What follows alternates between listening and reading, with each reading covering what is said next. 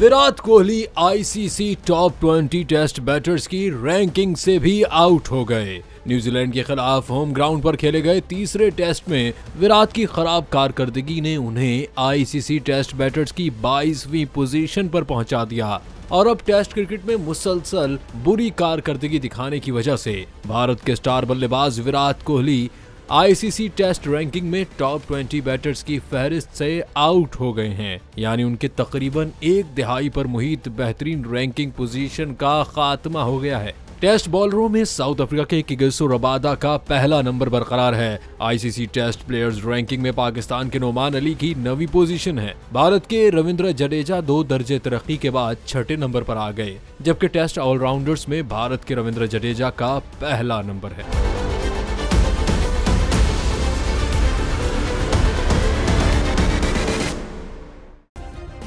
Subscribe करें और bell दबाएं ताकि कोई खबर रह न जाए।